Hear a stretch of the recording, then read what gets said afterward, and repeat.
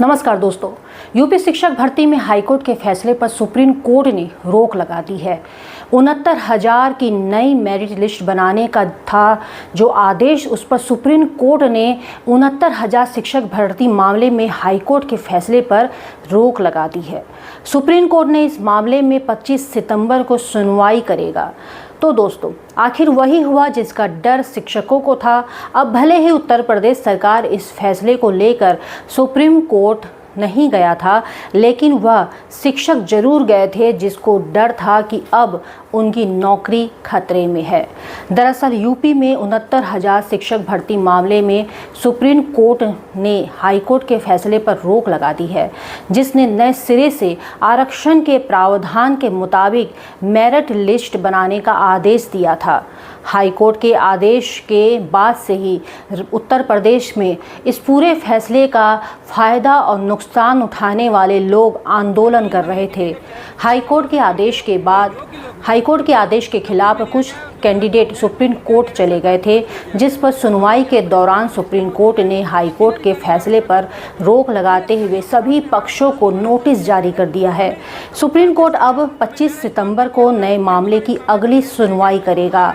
High court के आदेश से पुराने शिक्षक जहां तनाव में आ गए हैं, जबकि दावेदार अभ्यर्थी की उम्मीद जग गई है। 69,000 शिक्षक भर्ती मामले में लखनऊ बेंच हाईकोर्ट ने यूपी सरकार को जब नई मेरिट लिस्ट बनाने का आदेश दिया था तो विरोध प्रदर्शन शुरू हो गया था। एक तरफ चयनित अभ्यर्थी अपनी नौकरी जाने के डर से विरोध प्रदर्शन कर रहे थे, तो दूसरी ओर अचयनित अभ्यर्थी नई लिस्ट जल्द से जल्द जारी करने की मांग करने लगे।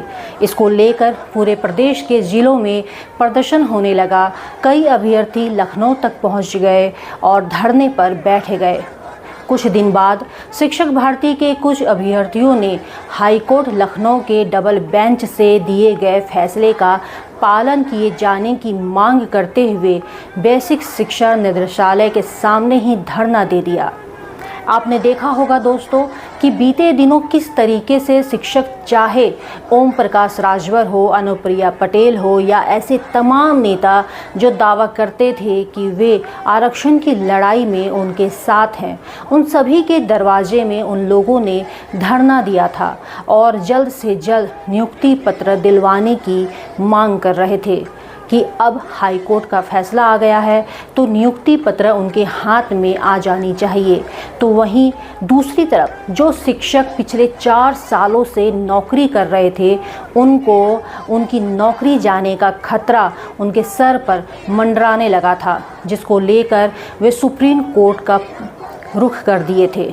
तो वहीं 69,000 अभ्यर्थियों का कहना था कि हाईकोर्ट का जो फैसला आया है सरकार उसे जल्द से जल्द लागू करे, जबकि सरकार ने इसके लिए 3 महीने का वक्त मांगा था। आरक्षित वर्ग अभ्यर्थियों को न्याय देकर नियुक्ति पत्र का मार्ग प्रशस्त करने की मांग लगातार हो रही थी। अभ्यर्थियों ने हाथ में पोस्टर लिया था, उसमें लिखा था कि आदेश हो गया, अब किस बात की देरी, यही नारा भी लगाया जा रहा था। जबकि देखा जा रहा था कि उत्तर प्रदेश की सरकार कोर्ट का फैसला आने के बाद भी 3 महीने का और वक्त वो चाहती थी कि जो गलतियां पिछले 4 सालों में हुई थी मेरिट लिस्ट बनाने के लिए, उनको फिर से शुरू से काम करना पड़ेगा। और जो शिक्षक 4 सालों से काम कर रहे हैं, सरकार के ऊपर ये बड़ी जिम्मेदारी भी थी कि क्या 69,000 शिक्षकों के जो मेरिट लागू करने के साथ जो शिक्षक पहले से नौकरी कर रहे हैं उनके साथ सरकार क्या करेगी, क्या उन्हें निकाल देगी, क्या उन्हें बने रहने देगी, इस पर सरकार कोई भी स्पष्ट बात नहीं कर रही थी। लेकिन 69,000 शिक्षक भर्ती के लिए नियुक्ति पत्र देने के लिए सरकार ने 3 महीने का वक्त ज़रूर मांगा था। तो वहीं पूरे उत्तर प्रदेश में शिक्षकों का प्रदर्शन था। शिक्षकों को ये डर था कि जिस तरीके से पिछले 4 सालों में सरकार ने उनकी बात नहीं सुनी, सरकार के किसी नेता प्रणेता ने उनकी बात नहीं सुनी, और दूसरी तरफ पुलिसों के लाठी डंडे उन पर बरसते रहे, उनको धरना प्रदर्शन करने के लिए उन पर रोक लगा दी जा रही थी बार बार। तो उन्हें डर था कि अब भले हाईकोर्ट का फैसला आ गया है और उत्तर प्रदेश की सरकार सुप्रीम कोर्ट इस फैसले को लेकर नहीं जा रही है, तो कहीं ना कहीं उत्तर प्रदेश की सरकार बीच का कोई रास्ता ज़रूर निकालने की कोशिश करेगी, क्योंकि क्योंकि उत्तर प्रदेश में 10 उपचुनाव भी हैं, सरकार के ऊपर बड़ी जिम्मेदारी भी थी। तो इसको लेकर कहीं ना कहीं शिक्षकों के अंदर ये डर था कि सरकार कोई ना कोई ऐसा तोड़ जरूर निकाल देगी जिससे फिर से इनको नियुक्ति पत्र मिलने पर रोक लग जाएगी।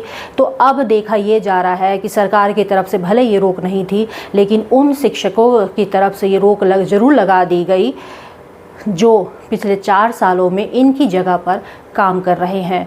फिलहाल आपको हमारा चैनल कैसे लगता है, आप कमेंट करके हमें अपनी राय ज़रूर दें और हमारे साथ बने रहिए, कमेंट करिए और चैनल को ज़्यादा से ज़्यादा शेयर करें।